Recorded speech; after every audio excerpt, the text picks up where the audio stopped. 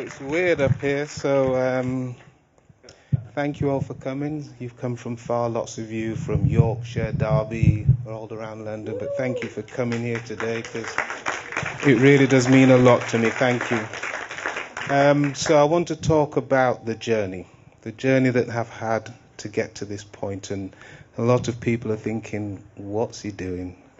Where's this come from? It's a complete change to how I was, say, 10 years ago. But it started around 6 or 7 years ago when I started questioning everything in life. I changed the way I lived, what I ate, and about 6 years ago I thought, I'm going to start reading the Bible. And just to see what happens, see what information's in there. It might be something useful that I can gain. I chose the King James Version, which was a slog. I went through the Old Testament and the New Testament, so it took a few years for me to get through because I'm a slow reader. But the more I read the Bible, the more it seemed to make sense of the world that we currently live in. And although I grew up in a predominantly Christian family, we went to Sunday school as a child in Yorkshire, and I didn't much go in later years. But I decided to do the Alpha course in 2019 to start getting more of an understanding of this whole Christian faith and see if I could put into practice and ask questions about the things I'd learned while reading the Bible. So this carried on. The Alpha course was absolutely fantastic. I was able to ask all the questions that I wanted to ask, and throughout the whole time, I'd recommend it anybody, regardless of what faith you are. It's always interesting and good to learn about different faiths and cultures out there, so highly recommend it. But what surprised me and really shouldn't have was how different it was to the intolerant perception of Christianity that we see in the media. It is so loving and in contrast to the hateful image that Christianity gets in so many circles. So I continued to go to Trinity, and in 2019 we went on a trip. Later in the year we went on a trip to Sweden, which was great. We had a fantastic time helping do restoration work at one of the churches over there. Pete was the gaffer. Duncan was the other worker. Cooley, Andy, I don't know where he is, he's not in here.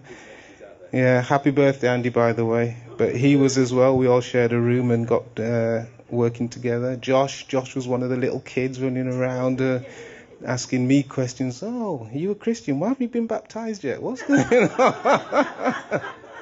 And it's so funny that today he's getting his baptism as well. So that's one of the amazing things that's happening.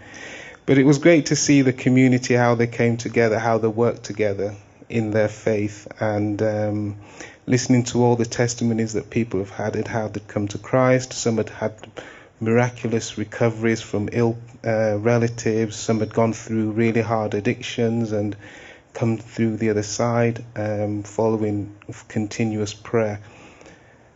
And they told me all the stories about being saved and how Jesus had turned them around. So a lot of this was sinking in, and I was thinking, yeah, I'm expecting this big sort of thing to happen, and it's going to be a visitation and life will be changed, but nothing was happening yet. So I still decided to keep on coming to Trinity. We went through the lockdown, all the Zoom calls every weekend, every Sunday we had Zooms with a few of them. Laulu's up there with Dad, with Bode was leading the group, and that was still a great source of information to learn more about the faith. But I continued to learn and wanted to get further and further in, but it hasn't always been a straightforward progression.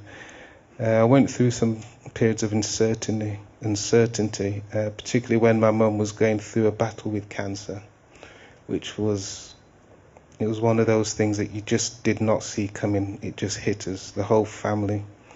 I was convinced that with the continued prayer we'd be able to have some kind of full recovery, or God would have mercy, but sadly it wasn't to be the case. She passed away in March, and I couldn't really understand why she'd been taken at such a young age, because most people question the faith when a loved one dies or God makes a decision to take a particular route that doesn't seem right.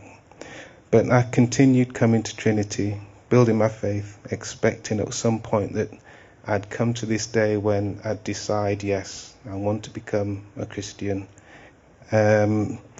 So today I've decided to get baptized, as although everybody who I know knows that I'm a Christian and I've been coming to church and I'm always going on to them about reading the Bible. The kids, I come home on a Sunday afternoon and say, "Who loves you girls?" And they're like, "Jesus loves you." Yes, we know.